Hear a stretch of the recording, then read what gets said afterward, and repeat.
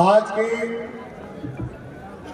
युग परिवर्तन की इस महारैली में गांव-गांव ढाणी-ढाणी से पधारे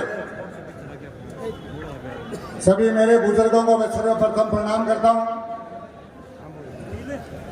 मंच पर मुझे आशीर्वाद देने पहुंचे सभी हमारे नेतागण और मेरे मनोबल को मजबूत करने वाले हमारे सीनियर नेता भाई अशोक जी पिंचा साहब और 25 तारीख को इस स्वाभिमान और आत्मसम्मान की लड़ाई को बूथ स्तर तक पहुंचाने वाले मेरे युवा साथी, समस्त सरदार शहर का नागरिकगण, तहसील के सभी पधारे नागरिकगण, मेरे मीडिया बंधुओं, मैंने मेरे जीवन में ये दूसरी बार इतनी बड़ी सभा मैंने आज मेरे जीवन में देखी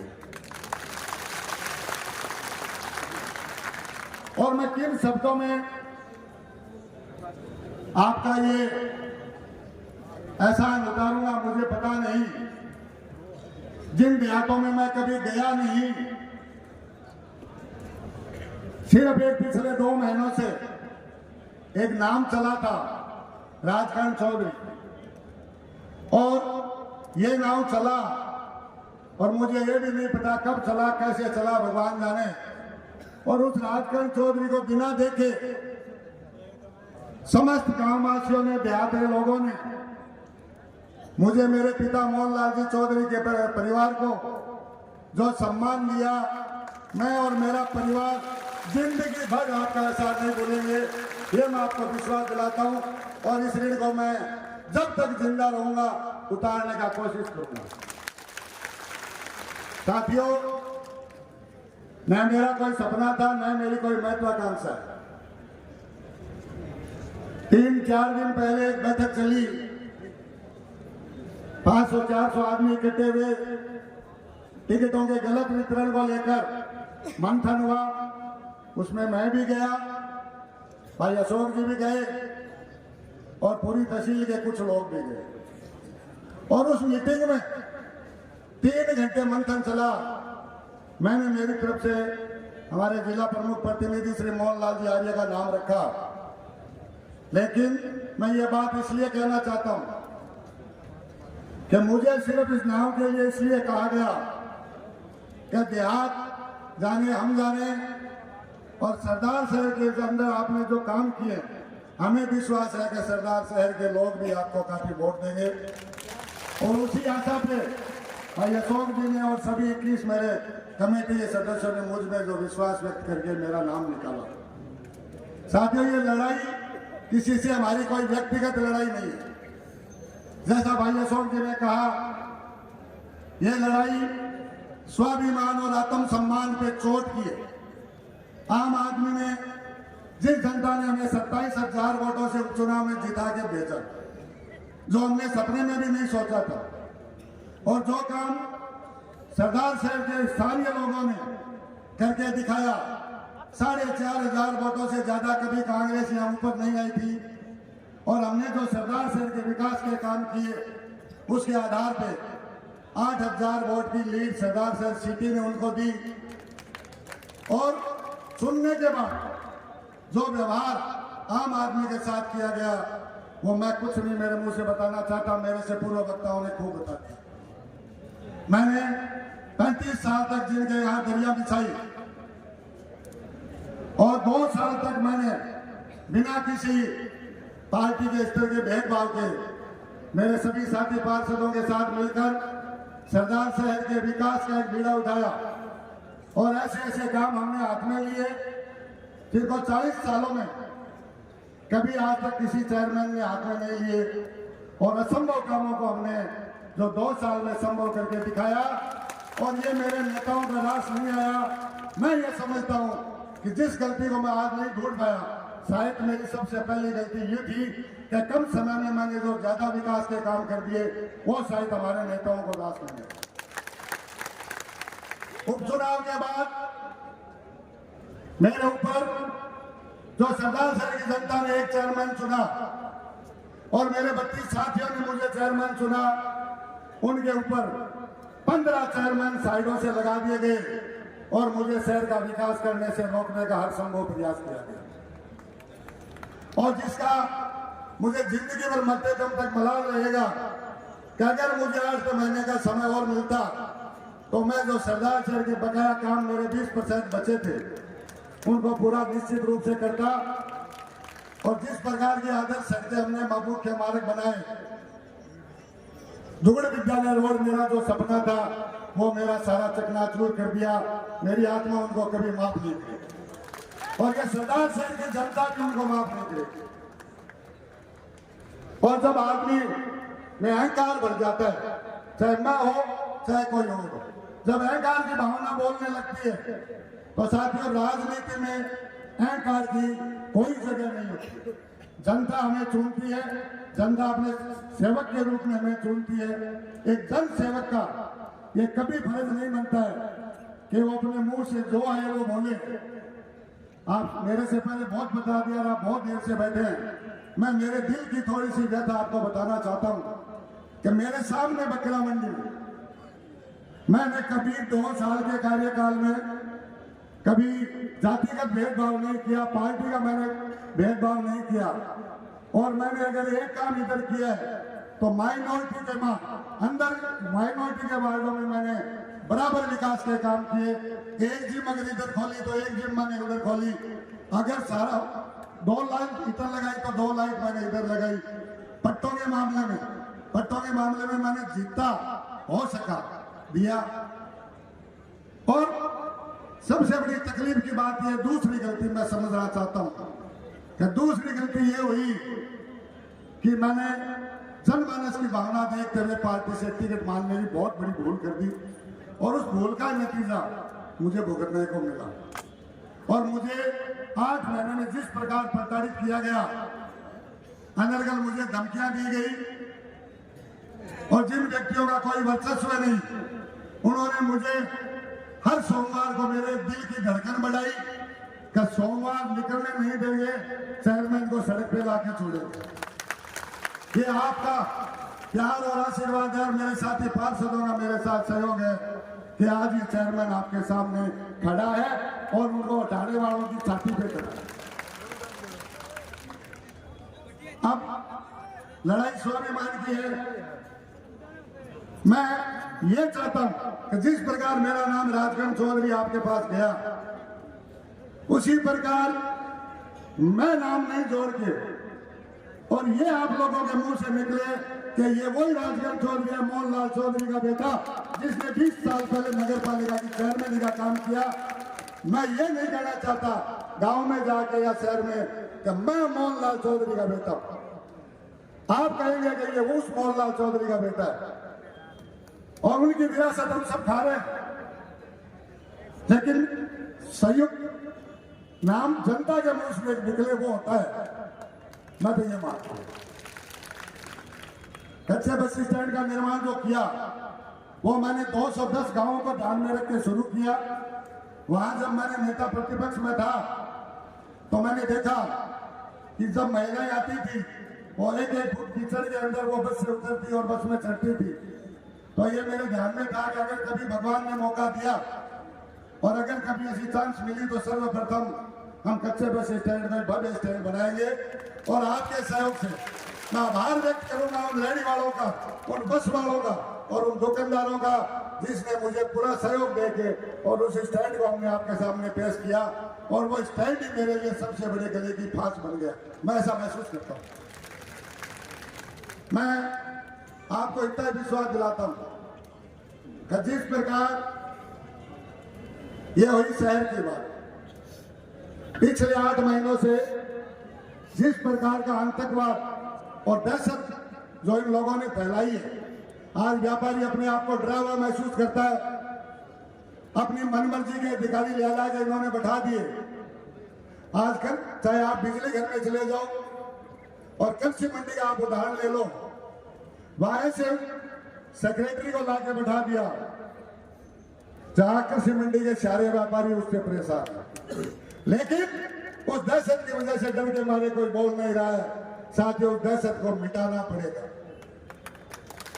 और वो दहशत तब मिटेगी जब आप लोगों का जो असली ताकत आपके पास है उस ताकत को आप दिखाओगे। हमने और भाई अशोक जी ने मिलकर आपको एक विकल्प दिया। किसी न किसी को एक दिन सर उठाना पड़ेगा और राजगढ़ चौधरी ने सब साथियों के कहने से आपके भरोसे पे ये उठाया है कदम और एक नारा हमने दिया था, काम किया है, काम करेंगे, जन जन का सम्मान करेंगे। और इसी बाजार में आज आपने मेरा स्वागत देखा, ये मेरा स्वागत नहीं था। इसी बाजार में 6-6 दिन तक जब एक बरसात छोटी सी आती थी और यहाँ 6-6 दिन तक पानी भरा रहता था, पूरी सब्जी मंडी बंद रहती थी और दुकानदारों की दुकानें नहीं खुलती थी। हमने रात और दिन मेहनत की और सभी ने मिलके जो ये गंदे पानी की निकासी की व्यवस्था की, पिछले 2 साल का एक रिकॉर्ड कायम हुआ है कि 6 घंटे से ज्यादा इस शहर के अंदर पानी नहीं रहा। तो उसी वजह से ये सारा जो आज सम्मान मुझे मिला, मैं कोई मेरे पास आज शब्द नहीं है कि क्या रिजल्ट आएगा, मुझे इससे कोई लेना देना नहीं है। आपका प्यार मिला तो आपकी सेवा करेंगे, अगर नहीं भी मिला तो भाई अशोक जी और मैं आपको इसी गांधी चौक में खड़ा मिलेंगे। जब भी आप आओगे आपकी आवाज उठाएंगे, आपकी आवाज बुलंद करेंगे। दूसरा एक नारा हमने दिया, लोगों ने मुझे डराया, अनर्गल धमकियां भी मिली और आज रात तक मुझे धमकियां मिल रही है कि चुनाव के रिजल्ट के दूसरे दिन आपकी चेयरमैन ही नहीं रहेगी। और मैंने मेरे साथियों को 32 साथियों को उस होटल में ये कहा था कि मैं मेरे समाज के लिए, मेरे सर्व समाज के लिए, शहर के भले के लिए अगर व्यवस्था परिवर्तन होती है और इस आतंकवाद से मुक्ति जनता हमें दिलाती है तो एक कुर्सी नहीं, मैं 10 कुर्सियां कुर्बान करने को तैयार हूं और कुर्सी जनता दिलवाती है। टिकट हमें भी नहीं मिला, टिकट अशोक जी को भी नहीं मिला। अशोक जी के साथ पार्टी ने क्या बिहेव किया, हालांकि मैं तो एक छोटा सा कार्यकर्ता था, मुझे टिकट मिलने का कोई गम नहीं है। मैं इतना, मेरा कैडर भी हुआ कि पार्टी मुझे टिकट देती, हमने हमारी बात रखी। लेकिन भाई अशोक जी ने जो बताया कि जिस व्यक्ति ने उस वक्त सेवा की थी पार्टी के, जिस वक्त यहाँ चंद लोग बचे थे, पूरा जन समूह यहाँ से निकल के चला गया था, उसमें मेरे पिताजी भी थे, मैं ये स्वीकार करता हूं। और उस वक्त उस पार्टी को खींच के जहां पहुंचाया, कम से कम अपने पूर्व विधायक को बुला के पार्टी को उसकी राय लेनी चाहिए थी। और हम सभी साथियों ने जा जाके जयपुर में ये विरोध दर्ज कराया कि साहब विधायक महोदय का बहुत बड़ा विरोध हो रहा है देहात में, किसान बिजली के लिए रो रहे हैं, इधर राम रूस गया और इधर राज आपका ध्यान नहीं दे रहे हैं। एक दिन एमएलए साहब ने जाके अगर किसानों की बिजली के संकट के समय किसी भी गांव में जाके ये पूछा हो कि आपके साथ मैं बैठता हूं और बिजली लाके रहूंगा। भवन सिंह भाटी बिजली के मंत्री थे, अगर विधायक महोदय चाहते तो वो बिजली की समस्या कुछ हद तक हल हो सकती थी। अब जब उसका हल करने का प्रयास किया गया, फसल जलने के टाइम वो क्यों नहीं किया, ये एक प्रश्न खड़ा हुआ। हर किसान को इसमें सोचना पड़ेगा कि ये प्रश्न है कि अगर राज उसका उनका था, मंत्री उनका था, तो अगर सरदार सोनू जिले में पास के तारानगर में बिजली की समस्या हल हुई तो फिर सरदार सर ने क्यों उन्होंने हल नहीं कराई। उन्होंने सिर्फ एक ही काम रखा कि इस चेयरमैन को काम नहीं करने देना है, इसके पर कतरना है, ये बड़ा नेता बनने जा रहा है। और मैं आपको एक बताना चाहता हूं कि एक मुख्यमंत्री की बहुत महत्वपूर्ण योजना आई थी, देहात के काफी लोग शहर में बसने लग गए, गांव में भी घर है, सरदार शहर में भी घर है। एक योजना आई प्रशासन शहरों के संग अभियान, उसके अंदर 500 रुपए में पट्टा देने का मुख्यमंत्री ने जो किया था प्रस्ताव, उसके तहत हमारा यह प्रयास था कि 2023 के चुनाव में जाने से पहले एक एक फाइल वाले को, एक एक गरीब को, एक एक आम आदमी को पट्टा दे के जाए, ताकि उसकी 3 पीढ़ियां ये कहेगी फला व्यक्ति के टाइम में हमें पट्टा मिला। लेकिन मैं ये चैलेंज से कहता हूं कि मुझे 8 महीनों में इस काम को करने से पूरी तरह से रोका गया और 8 महीने में 8 अधिशासी अधिकारी इन्होंने लगातार चेंज कर दिए। इसलिए चेंज कर दिए कि अधिशासी अधिकारी के बिना चेयरमैन का काम नहीं चलता और चेयरमैन के बिना अधिशासी अधिकारी का काम नहीं चलता। वो सामंजस्य नहीं बैठ पाया, जिसका खामियाजा जनता को भुगतना पड़ा। और आज भी 1500 फाइलें हमारी पट्टों के लिए नगर पालिका में रह गई, उसका भी मुझे जिंदगी में अफसोस रहेगा। हालांकि मार्च तक का समय हमें मिला है। मैं जीतूं या हारूं, मैं उन 1500 फाइलों में निपटाने का और पट्टे देने का प्रयास भी हर संभव रूप से करूंगा।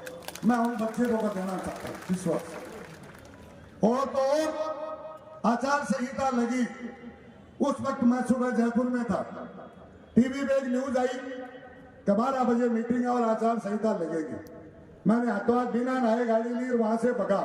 मेरे कर्मचारियों को मैंने ये कहा कि जितने पट्टे बने हुए हैं 12 बजे से पहले पहले वितरण करने हैं, ताकि कोई वंचित नहीं रह जाए। मैं आया, हमने पट्टे वितरण का कार्य शुरू किया।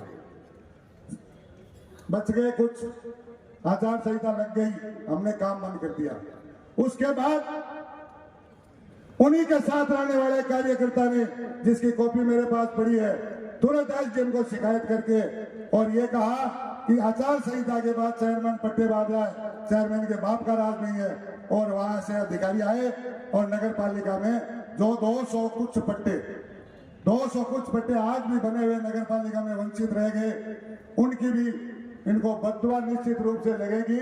और उनका भी मैं ये विश्वास दिलाना चाहता हूं कि वो 200 कुछ पट्टे जो हमारे पास मौजूद है, सरकार ने उन पर रोक लगा दी। आचार संहिता खुलते ही पहले दिन उन पट्टों का वितरण करेंगे, ये मैं उनको विश्वास दिलाना चाहता हूं। साथियों, मेरे पिता ने 2 चीज मुझे सिखाई कि गरीब को गणेश मानो, और जिन बात से हम सुन के आते हैं, मैं छोटा सा 2 मिनट का टाइम आपका और लूंगा। मुझे जो ये टैग लगाया जा रहा है, बार बार ये कहा जा रहा है, जो विशेष जाति विशेष का टैग मेरे पे लगाया जा रहा है, मैंने इसी सरदार से एक व्यापारी से 2 पैसे मांग के मेरा रोजगार स्थापित किया, काम करके किया, विश्वास जमाया। और एक बात मैं बताना चाहता हूं, 8 बार मेरे पिताजी को जिस वार्ड से नगर पालिका में भेजा गया, उस वार्ड में सिर्फ मेरे समाज के 25 घर थे और सारे दलित समाज के परिवार, उनमें सासी, साटिया, कूचिया, भोपा, नटिया, जितने गरीब लोग हैं उनकी बस्तियां है। और पिताजी ने उस वक्त सासी, साटिया बस्ती और भोपा बस्ती 2 को नए सिरे से बचा के उनको रजिस्टर्ड घोषित करवा दिया। उस वार्ड से मेरे पिता को 8 बार चुन के यहाँ से भेजा गया। और जब 2010 में मुझे मौका मिला और मैं जब राजनीति में आया, तो पहली चांस मुझे वार्ड नंबर 8 में, जिसमें ज्यादातर अशोक भाई जी के समाज के लोग बसते हैं, जैन समाज के लोग ज्यादा बसते हैं, उसमें मुझे भेजा गया। और मैंने, अगर मेरे पे टैग होता, उसी समाज से वोट लेके मैंने हाथ जोड़ के और 200 कुछ वोटों से जिता के पहली बार उसी समाज ने मुझे लोगों को यहाँ भेजा। और लगातार आज 15 साल हो गए, उसी वार्ड से 2 बार मैं जीत के आ गया।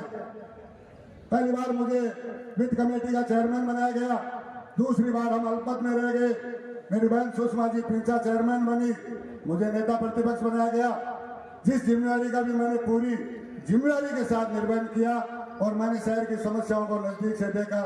और उन्हीं समस्याओं को जब मुझे तीसरी बार चेयरमैन बनने का मौका मिला, तो सिरे से भाई हंसराज सिंह, भाई राजेश पारिक और हम सभी पार्षदों ने मिलकर एक शहर का एक खाका तैयार किया था, कई योजनाओं पर हम काम करेंगे।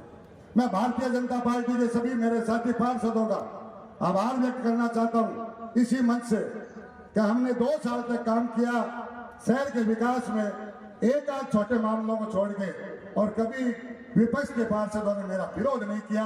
क्यों? कि हम जायज काम शुरू कर रहे थे, जनहित के काम हमने शुरू किए थे। ये जो उपचुनाव के बाद ये अहंकार आया और वो अचानक से जो सहानुभूति की लहर आई और उसका लाभ आप लोगों ने दिया, उस वक्त भी मैंने वार्डों में जाके ये कहा, कभी 2 साल के कार्यकाल में अगर मेरे से कोई गलती हुई है तो उसकी सजा मुझे दे, हमारे विधायक जी को नहीं, उनका कोई दोष नहीं है। और जनता ने भी दिया। मैं आज भी आपको कह के जा रहा हूं और आज सरदार सर की जनता को भी ये कहना चाहता हूं कि आज भी मैं सभापति के पद पे हूं आपकी कृपा से। मैंने 2 या 2.5 साल का समय गया, उसमें मैंने बिना किसी पार्टीबाजी के कोशिश की है, कुछ होता है, लेकिन पट्टा वितरण में 8 महीने में मैंने कभी ये भेदभाव नहीं किया कि ये पट्टा लेने वाला व्यक्ति भारतीय जनता पार्टी का है या कांग्रेस का है। मैंने कभी ये नहीं कहा और मैंने हर गरीब को, हर व्यक्ति को हर पट्टा दिया। अब मैं इतना ही आपको कहना चाहता हूं कि मैं जैसा भी हूं, जो भी हूं, आपके सामने हूं और आपने मेरे में जो विश्वास जताया उस पर मैं खरा उतरने का हर संभव प्रयास करूंगा। और दूसरा नारा मैंने आपके मालजी गार्डन में दिया था कि कितना ही डरा लो, नहीं झुकेंगे, नहीं डरेंगे, काम किया है, काम करेंगे और धमकियों से डरने वाले हम नहीं हैं। डरना पड़ेगा तो जनता से डरना पड़ेगा। यही जनता उठा के फर्श से अर्श पे लाती है और अर्श से फर्श पे ले जाती है। इसलिए असली ताकत भाइयों आपके पास है। हमारे पास कहीं बड़े स्टार प्रचारक आएंगे बड़ी पार्टियों में, एक सभा हो गई, हो सकता है 2 सभाएं और हो, 3 सभाएं और हो। 3 दिन से एक गलत प्रचार किया जा रहा है। जैसा कि भाई साहब ने बताया 24 घंटे में सारे नेता एक मंच पे होंगे।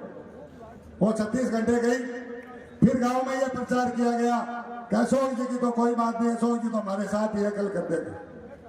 आज अशोक जी ने आपको सारा क्लियर कर दिया और मुझे भी ये कहा गया और लोगों से मेरे पास टेलीफोन आए कि आप यार कहीं पर्चा उठा के हमें मरवा मत देना।